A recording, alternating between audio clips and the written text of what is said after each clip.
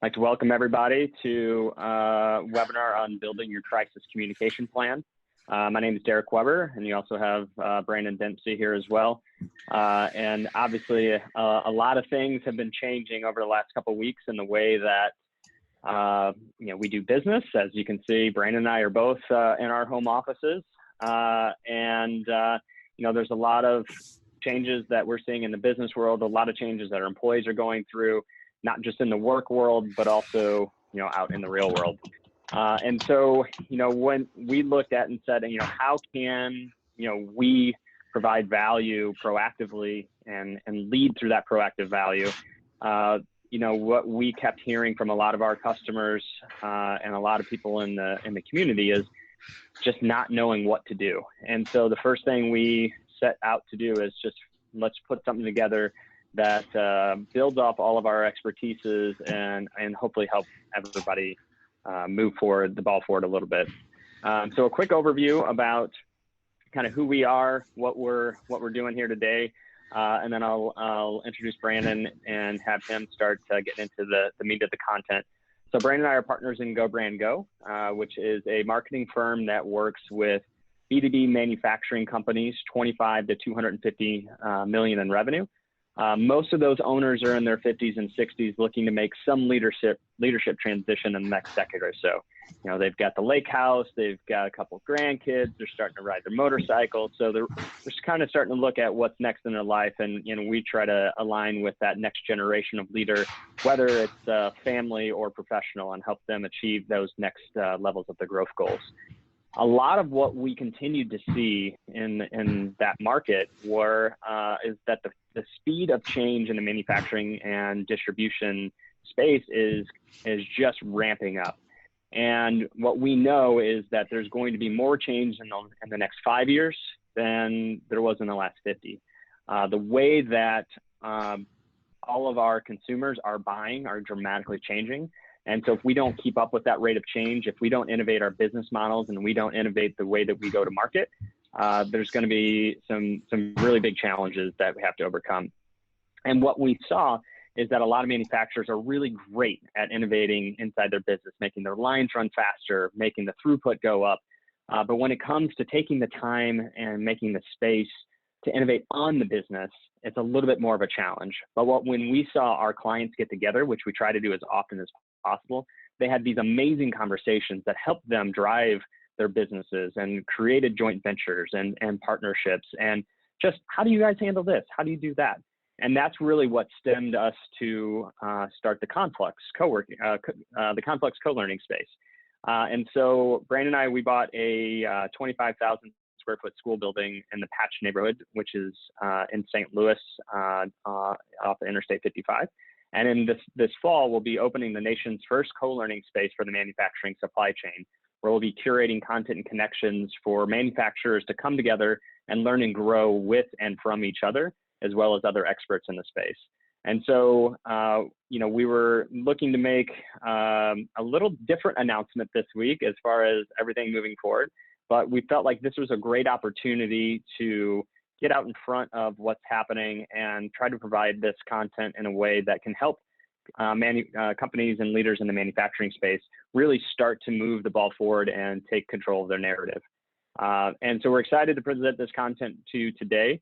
As you'll see below at the bottom of your screen, there's a Q&A section. So throughout the presentation, if you have any questions, feel free to put them there, and we'll at the end of this webinar, we'll take the time to run through those questions and maybe even be answering some of them via the chat along the way.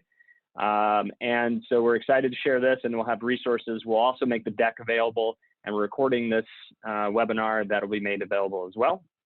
And without further ado, I'd like to introduce Brandon Dempsey, who's my business partner and just an overall great guy.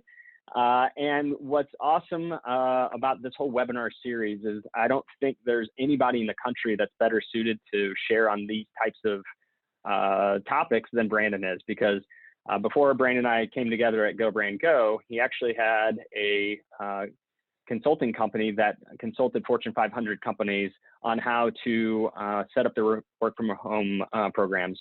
He helped found pandemicprep.org, which is a not-for-profit that prepared organizations and prepared people for situations just like this. And then obviously for the last, the company started in '03. Brandon and I came together in 2010. So for the last decade, we've been working together on how can we help craft and tailor the ideal messaging for our clients and go-to-market strategies. So the combination of Brandon's background and his skills makes him just the perfect person to be sharing this sort of content today. So with that, Brandon, I'd like to take it away.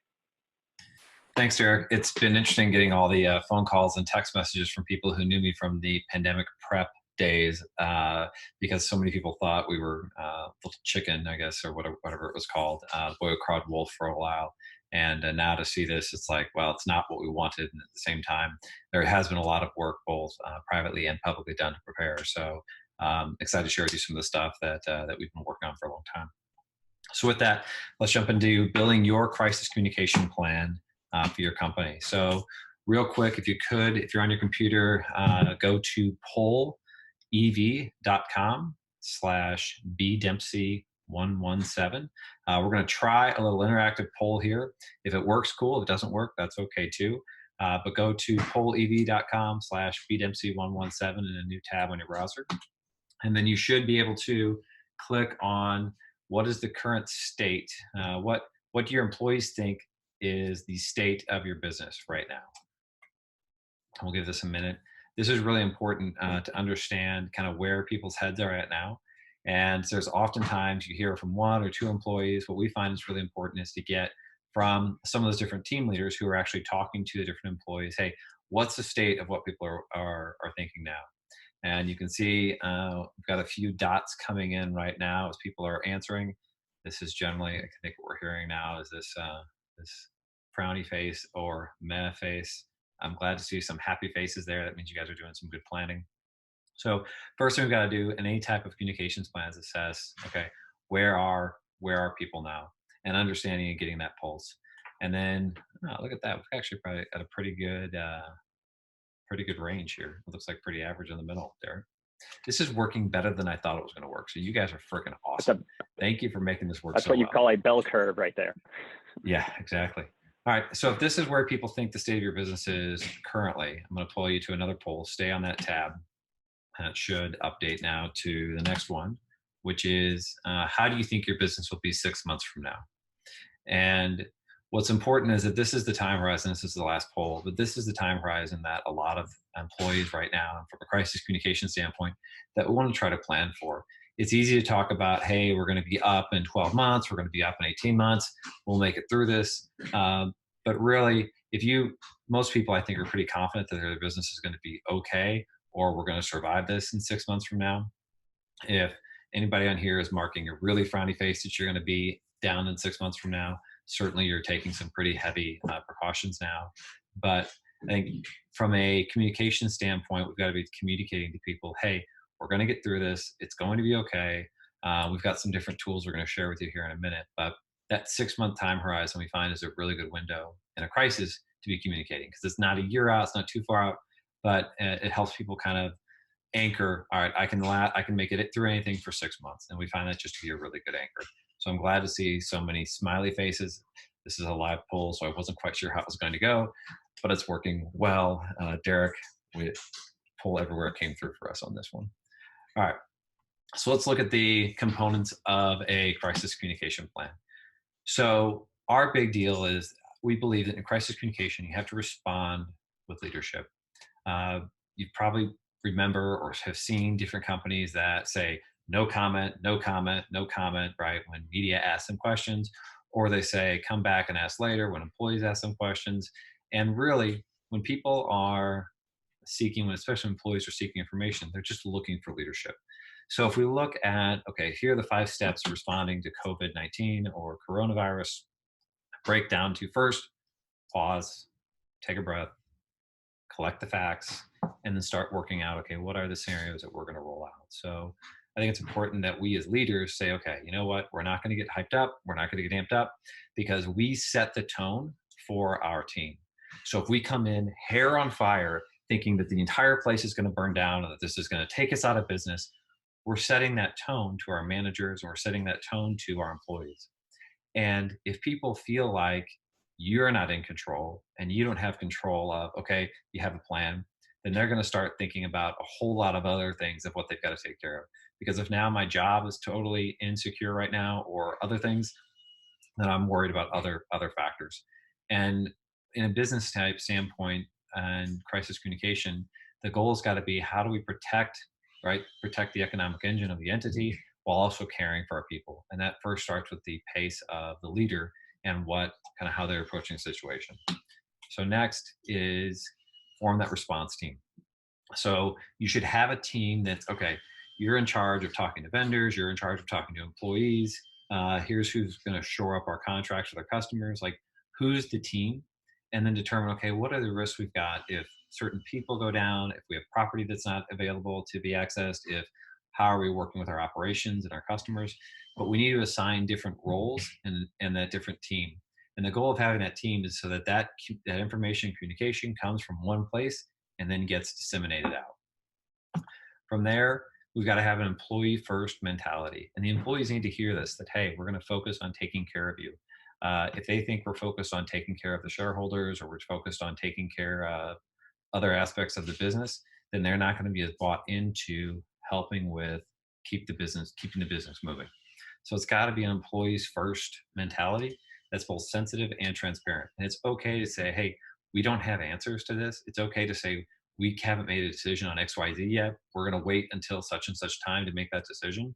But we've got to be able to show that compassion and really define those expectations. From there, we need to start looking at, okay, who are the external audiences that you're working with?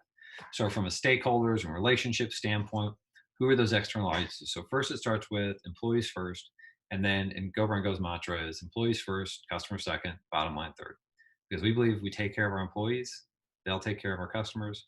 And if our employees take care of our customers, they'll take care of our bottom line. And right now, we've got to really be focused on those employees first and helping lead them and serve them so that they can continue to take care of our customers. Because right now, if your business has not been interrupted yet and it's about to be interrupted or any type of crisis that's interruption, the name of the game is value. And if we don't have employees or don't have people delivering value to those customers, then we're not going to stay relevant with those customers. And that's the lack of delivering value is what puts those customers in jeopardy. So focus on employees first, then look at those external audiences. Additionally to customers, we need to start looking at some of our shareholders. We need to look at our key suppliers and key vendors, which goes without saying for a lot of people. And we're going to break some more of this down here in just a minute. And then the last thing is you're going to move into a recovery phase. Now, the recovery phase is going to be really important because first you've got a second wave that could be hitting. And this happens with any type of crisis, is that one crisis hits and then as people start ramping up, they totally turn off and don't realize that there could be a second wave. We've seen this with natural disasters where you have some tornado or a hurricane hit, and then second wave could be power interruptions or mobile interruptions or stuff like that. So we first got to deal with, okay, here's the plan that we're going to do to rebuild. Here's what we're doing to get back online. Because that rebuild plan is going to be stepping things back up in stages.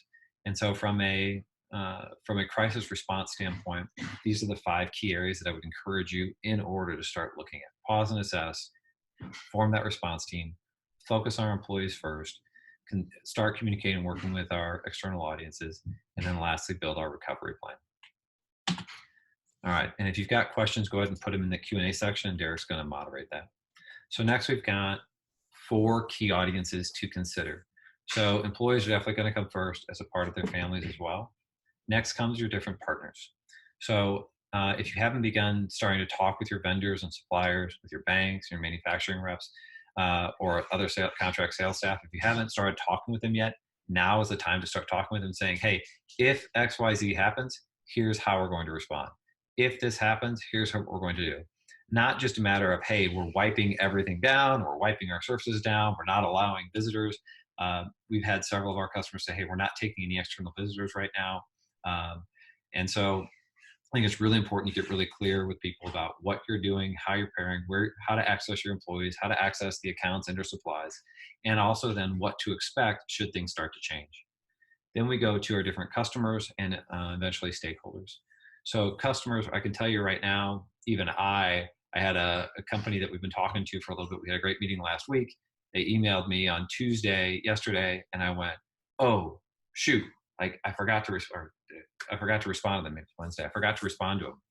And because I've been so focused on how are we communicating with our own team. So I think it's important to look at not only your current customers, but also some of the prospects that you've been talking to and coaching them on, okay, here's what we're working on, here's what you should be seeing, because people just want to know what's happening next.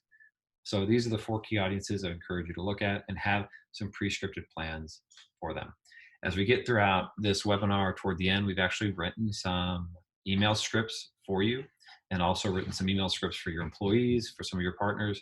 And we've also built some of a high level business continuity plan that some different customers have shared with us and are using. All right, so let's go now to the speed of the message. So nothing travels faster than bad news, even coronavirus. So bad news, right?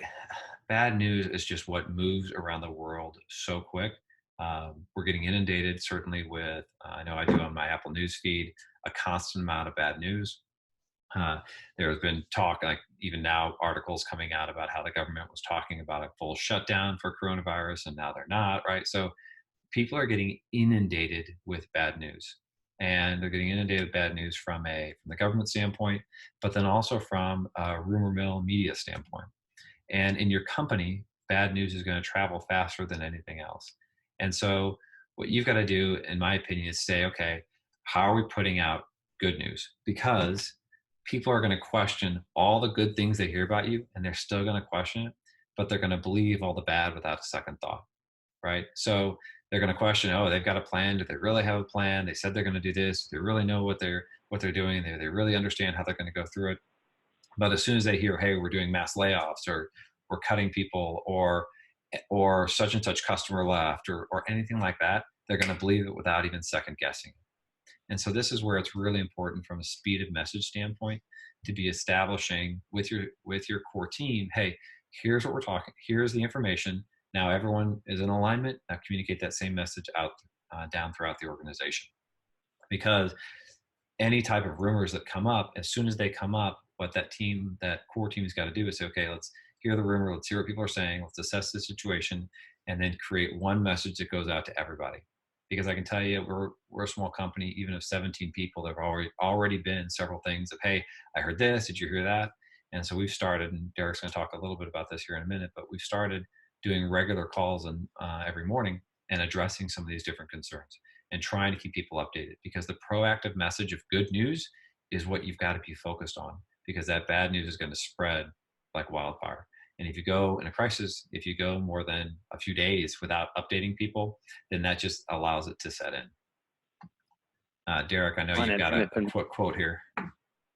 Yeah, well, and it's important also, to communicate, proactively with the good news, but also with the potential bad news, because, what the uncertainty that gets created by not hearing something, that fear really expands. That fear will fill a vacuum. And so if you don't fill that vacuum with information, with updates, and if you don't do it in a way that's credible and a way that is consistently coming, people will continually to make up their own narratives and create their own narratives, and they're never going to create the narratives that you want them to.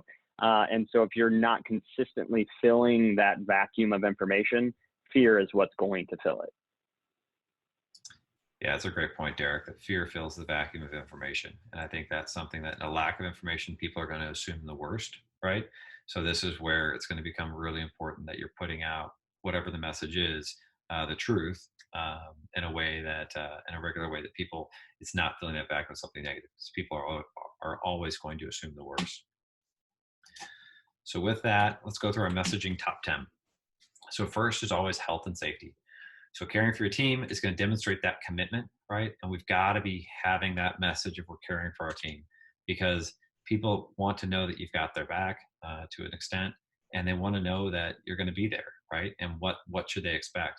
People are going to be, even in our company right now, people are having to make some decisions about, hey, they've got 2 employees working from home, and what's going to happen should one of them lose their job. And there's a lot of fear around this. So by focusing on health and safety and putting that message out can start to allay at least some of those fears.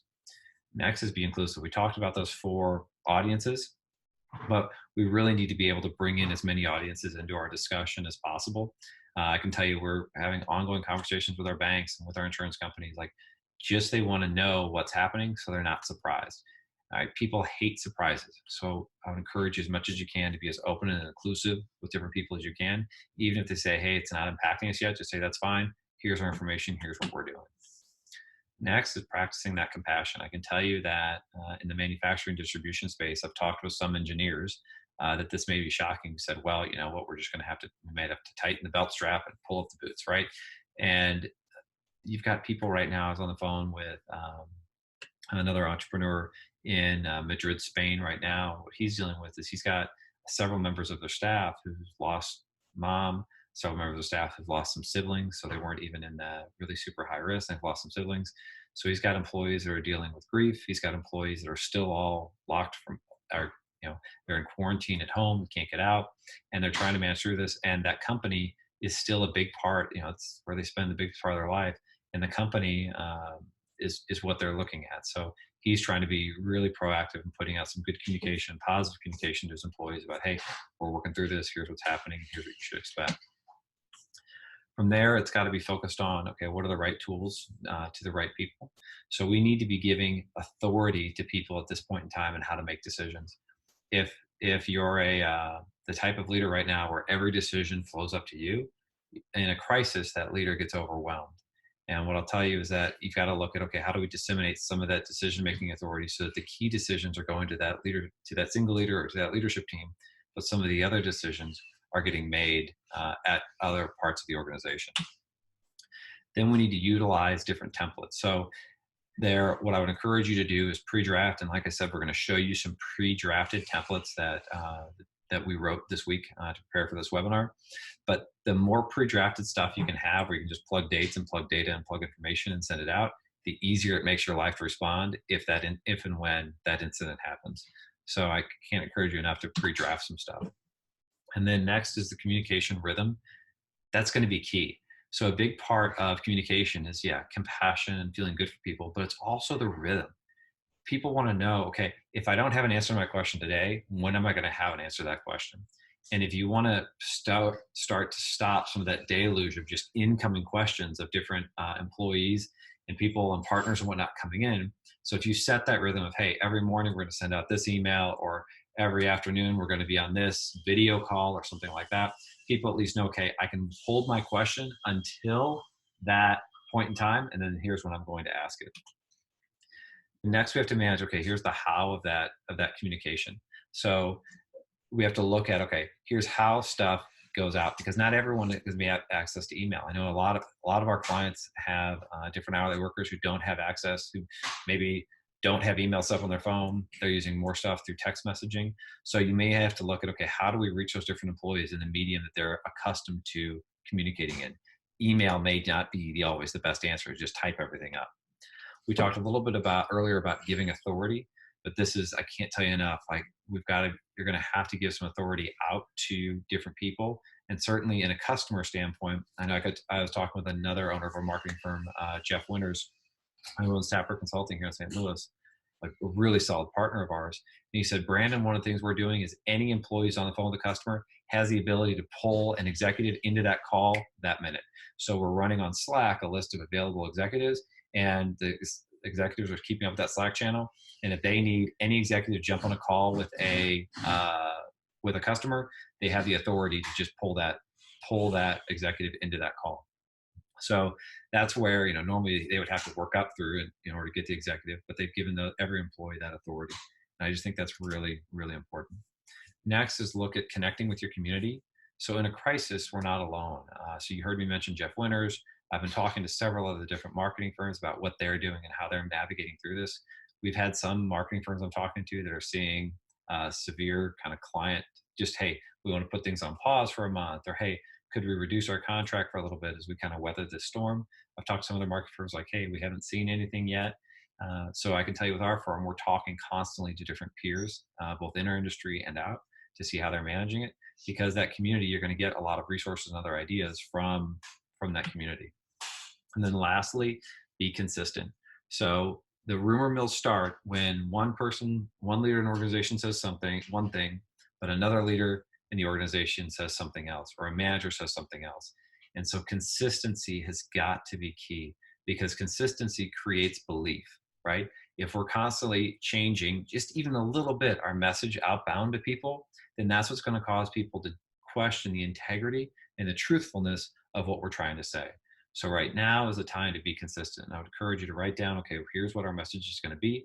We've got some examples here in a minute, but write down, here's what our message is going to be. And then this is the message. This is the drum we're beating to, because consistency ensures quality, and consistency shows that we're taking this seriously, and that we have resolve, and that this is where we're headed, how we're going to manage throughout this situation. So let's look now at the elements of a communication plan. And what I'm going to do here is, instead of just talking to you, I'm going to kind of introduce this topic, and then have Derek share a little bit about what our company, marketing company, Go Brand Go, has done in each of these steps. So the first step is forming the group. Derek, could you talk a little bit about kind of what we've done around that, forming the group? Yeah, so once again, getting out in front of that conversation. So last Monday morning, we did an all-team huddle and gave them an update on, hey, this is what's going on and in the business world. Here's the conversations we're having with our customers, and here's our plan of attack. And so from there, we gave them the input of what all the things that might happen over the course of this week. And what we immediately put into play was a daily huddle and an evening meeting for the leadership team. And so when we looked at that, we also said, okay, each person of the team, we kind of delegated responsibilities when it comes to the client responsibilities versus communication, and started just really putting things in motion, and set the expectation that things were going to be a little hectic, they're going to be a little bit different, but making sure that everyone is on the same page. Thanks, Derek. And then next is going to be looking at what's your tone. And I would encourage you to think about a mantra. So tone is, okay, and this tone should be commensurate with the company. I would highly encourage you not to set a tone of doom and gloom, of we're all going to die, and at any crisis, like that just doesn't, that does not bode well. That's not the rallying cry. So that's not going to pull people together to pull the organization through. And unless any of you are solopreneurs on this webinar, unless any of you are the only person who does your work, you're going to have other people that you're going to have to rely on to get through this crisis and any crisis. And so that tone from you as a leader, and tone from a leadership team, is going to be essential in, here's how we're acting, here's the tone we have with our customers, here's the tone we have with our employees, and it's a consistent tone. And if you have the opportunity to develop a mantra, I'd encourage you highly, highly, highly to develop a mantra. Derek, can you share a little bit about our tone and mantra?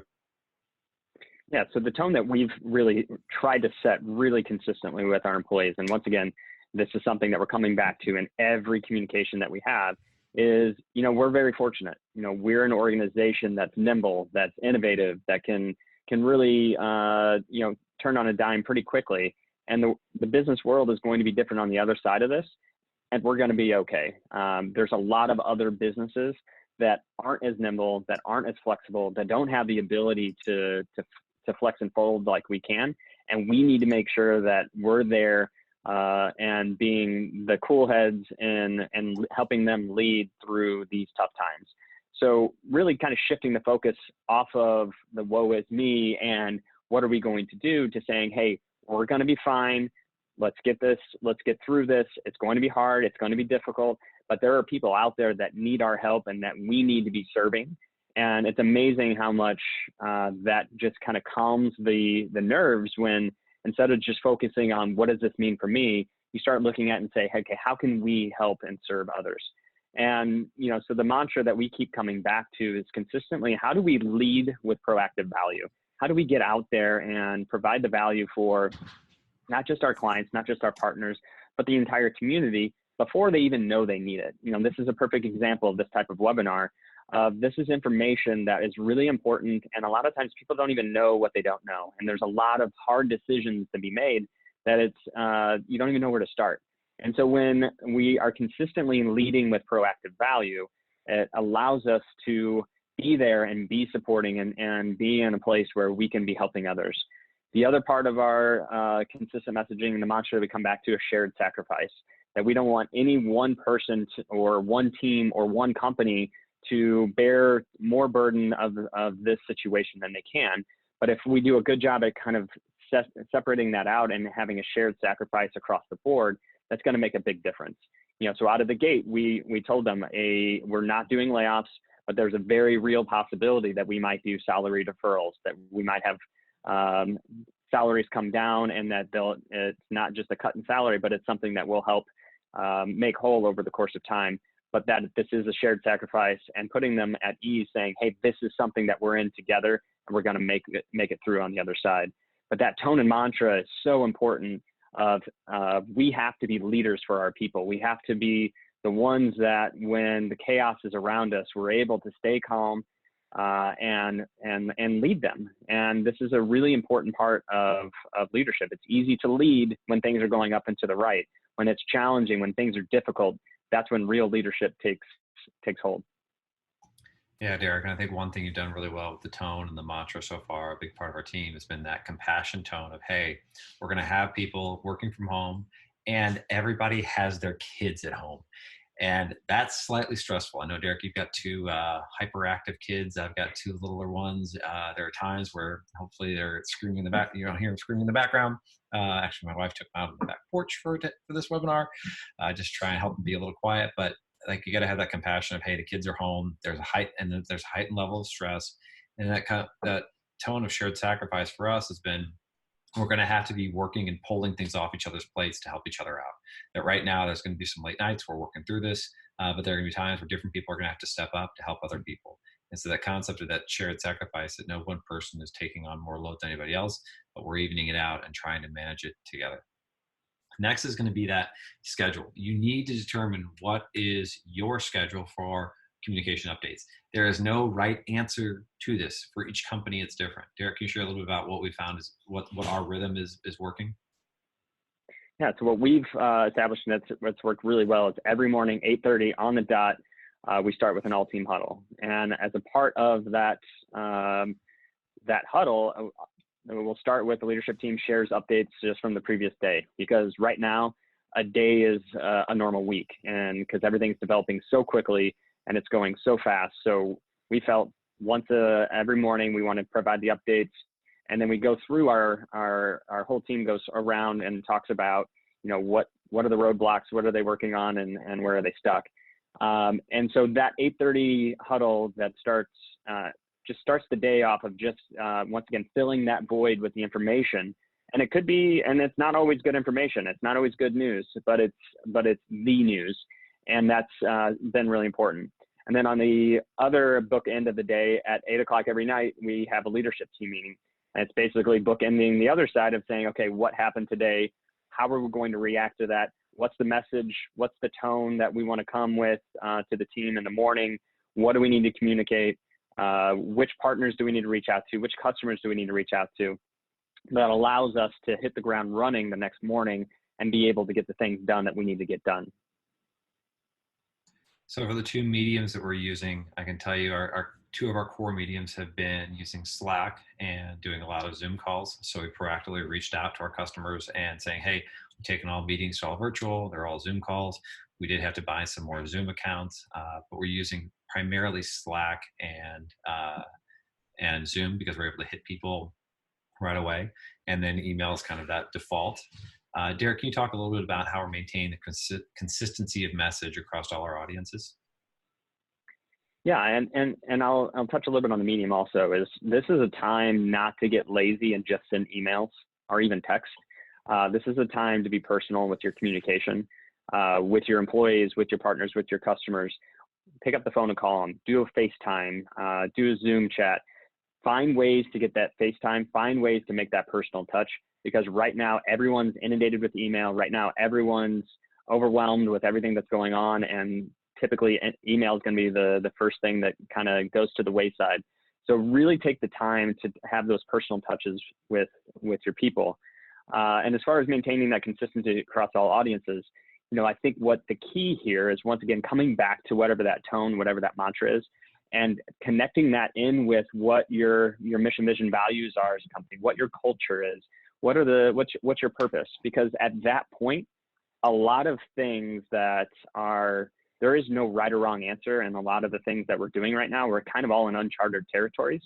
But when you have the ability to run things through a filter of your culture, of your mission, vision, values, of your purpose, and what kind of tone you've intentionally set out, now all of a sudden you've got a filter to take all of these subjective questions that are really just coming at us as fast as we can handle them, and have an objective filter that allows you to really make decisions that are all aligned. And that is so key. And Brandon talked earlier about the importance of the consistency of, from one leader to the next, but it's also important that the consistency of message out of your entire leadership team and out of everybody's voice and tone, that all the decisions are in alignment. So it makes sense that because we, for Go Brand Go, we've talked about, that we're getting out and providing and leading with proactive value. So now it's really easy to make decisions on, should we reach out to this client with tools and information, or should we wait for them to ask for it? Well, we're proactively leading with value. Okay, so it's an obvious decision. Get out there and make it happen. So then, next is going to be the seeking the feedback and closing the loop. I can tell you that even in our company now, there's a lot of questions on, what are you going through? What are you experiencing? It's not even just work of what are you stuck with, but what have you been struggling with? And I think the Zoom call this morning was fantastic, Derek, because there are people talking about how they're taking pauses for mental health. And I think it'd be great if you could share some of the stories about just even what we saw just this morning of how people are supporting each other with some of the feedback we were getting as a leadership team and how we're responding. Yeah, so we're all working in ways that we're not accustomed to, and that in its own way is emotionally and mentally taxing. And then you layer on the level of stress, whether it's from kids working in your home, or just the the overall level of stress that comes with what's going on. And one of the different things that people are talking about is that they're not going out and taking, they're not exercising like they normally do because, the gyms are closed. They're not eating as healthy as they normally would because meal preparation is a lot more difficult. And also just, it's a lot easier to just sit at your desk and just plow through because of the amount of things that we have going on, as well as, before, meetings would break up the day and you'd get up and you walk around and go outside to the meeting and, collectively as a group, take a walk around the block. And so what we've started doing also is, we've kind of heard that pressure and that stress building up on our team. And so what we've started doing is, as a leadership team, every so often, just hitting a general message out, hey, if you haven't taken a break in the last hour or so, pause, step away from your computer, go get some water, go get a healthy snack, maybe do some jumping jacks, but get up away from your computer and take a pause and take a break, which is really important for our team not to burn out during this time period. Even though there's more things coming at us than we can possibly hope to get accomplished, we've got to know that this is a marathon. We're in a sprint right now, but it's a sprint within a longer marathon. Great, thank you, Derek. And then the last thing is giving that proper if-then scenarios where you can. So from a crisis communication standpoint, the communications plan, a lot of people really focus on, hey, what's happening right now? As much as you can do to proactively communicate, here's what's going to happen in the future if this. So if this happens, then we do this. If this happens, then we'll do this. And that way people can start to prepare. And if they see that event or trigger happen, they know what's coming next. And then your communication is, follows up after that event. Okay, here's what we're doing. Just like we said, it helps to ease the fear a little bit. So we've had several of those things happen already where we told people, hey, last week we started communicating to our employees, it's possible that we're going to be working from home. If it gets announced that we're going to work from home over the weekend, come in Monday, grab your information, grab your monitors or other information, and then that you need, and be prepared to work from home for 3 weeks. So that's one example. Derek, I know you've got a couple others of, if this happens, then we're doing this, and how that's helped. At least it's helping us navigate a little bit now. Derek? What I've found is the biggest amount of stress that I've felt during this entire time period is when something happens that knocks us off kilter and we don't have a plan. And sitting there and feeling like the storm's just swirling around and beating us down from all different directions. But then stop, once again, pausing and saying, okay, what's that next step? And once we have a plan of attack in place, then all of a sudden that stress and that pressure really falls to the side. And so what we've done now is the best that we can is kind of look 2 or 3 moves out and say, okay, here's what we're kind of seeing forming, the storm that's brewing over there. All right, if that storm comes our way, what are we going to do? And so a perfect example of this is, we immediately know that in the manufacturing space that once people stop buying things, then stores stop ordering things, then it comes up pretty quickly. And we know that the first thing people are going to do is look at expenses and say, okay, what can we cut back on? And so one of the things that we put in place, we said, is if one of our customers calls and says that they need to pause or defer their contract, right, the first thing that we're going to do, once again, we're going to proactively lead with value, and we're going to have shared sacrifice. So the first thing that we did is Brandon and I took a 25% deferral on our salary and turned off our 401k contributions. And what we communicated to the team, even on Monday, is we said if there's multiple clients that are deferring their contracts, then we'll, once again, shared sacrifice. No one's going to be laid off, but we likely would go to some sort of deferred compensation. And so each day we're updating the team on here's where we're at. Fortunately, we've not had a lot of our clients reach out to cancel their contracts, even though they're seeing challenges in the marketplace. We've been, once again, leading with proactive value and trying to get out in front and helping drive communication plans and drive communication strategies. But our team is fully aware of that if-then scenario, and we're communicating as those things happen. And so there's other parts and places that, in our business that we know that, if we're 3 weeks out now on working from home, but what we've already told our team is if schools don't go back in, be prepared to work from home even longer. And so we are, once again, proactively communicating to our team these if-then scenarios. And then once those things happen, then it just triggers our reaction because we've already got our plan. We don't have to take that adversity, then try to think logically and try to be strategic and try to figure out what we should do.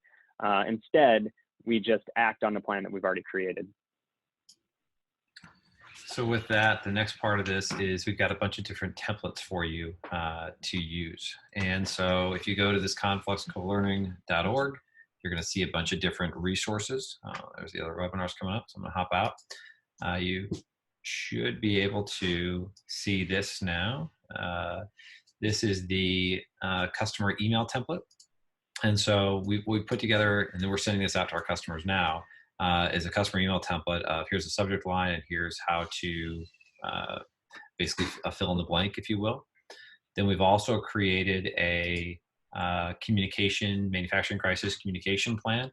So the initial document from initial communication through creating that meeting rhythm and leadership team and key members, developing those if this, then that scenarios that we just talked about, and then some of the ongoing communication. So just a quick template for you to be able to look at. We've then also created somewhat of a high-level business continuity plan that looks at an illness exposure plan, talks about the virus, what you can do, and how you can communicate this out to your employees, what's being put out by the World Health Organization, and then kind of filling in company names, if you will, some different temporary years of service and what's happening, and then temporary suspension of what's happening with visitors to kind of walk you through. And so what we're trying to do is pull together different resources from different clients and different things we're finding to be proactive in sending as much of this information out as possible. So again, if you go to this confluxcolearning.org/communication-resources, we'll put this in a follow-up as well. You'll see these download documents, or clickable documents, I guess, for you to download, if I can get my words straight. And all, again, just trying to get more and more information for you guys to try and navigate through this. I think we're no different in our organization, trying to navigate through this and trying to work through it. Then lastly, we've got some other upcoming webinars. So my first company that I started out of college was a work from home, as Derek talked about, a work from home consulting company that helped Fortune 500 companies help their employees transition from working in an office to working from home. So Derek called me up earlier this week. He goes, "Hey, how do you feel about dusting off some of that old sweet commute information?" I said, "Well, hopefully it's still relevant." So we've been working on, we've got a workshop we're going to put on tomorrow at noon for work from home. We've got putting together a webinar right now for tips for remote selling. And also it's basically looking at how you switch from a field sales model to a virtual sales model. And then lastly, we'll be doing the finding opportunities in adversity upcoming webinars. I think I got that, the date might be typed wrong, Derek. I think is it Wednesday at 3:25, right? Yeah, Not Thursday. that is Wednesday. We're moving fast, guys, and sorry for the typo there. So it's Wednesday, the 25th at 12 p.m. for finding opportunities in adversity.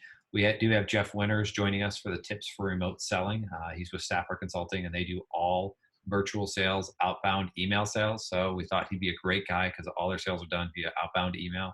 We thought he'd be a great guy to pull in for this. And then we have Matt Wyatt, partner with Chapman & Co., joining us for finding opportunities in adversity. Is going to be on that panel. I haven't seen any questions come in. I've got a couple more minutes, but I'm not going to hold this on, keep you on here. You're certainly welcome to invite as many people as you want to invite to these different webinars. If you want to bring in different sales teams or bring in different team, I see Greg, you just asking for your sales team. Absolutely. So we want to get this out to as many people as it can help. Any other questions? If not, then I'm going to wrap this. And then we'll also, as you see, we've been recording this webinar, and we'll be uploading it, and it'll be on that complexcolearning.org /COVID-19 resources. So we'll have the video of this webinar. So if there's somebody that couldn't make it here today and you think this is important information for them to listen to, feel free to forward that on to them as well. And with that, thank you for everybody for joining, and wish you all the best in navigating through this. Derek, thanks for hopping on with me today. But good luck, everybody out there. Make sure, once again, lead your people. This is the time for you to step up and be the leader that they need, because there's a lot of fear and there's a lot of uncertainty, and this is the time where real leadership comes out. So go out there and lead your people.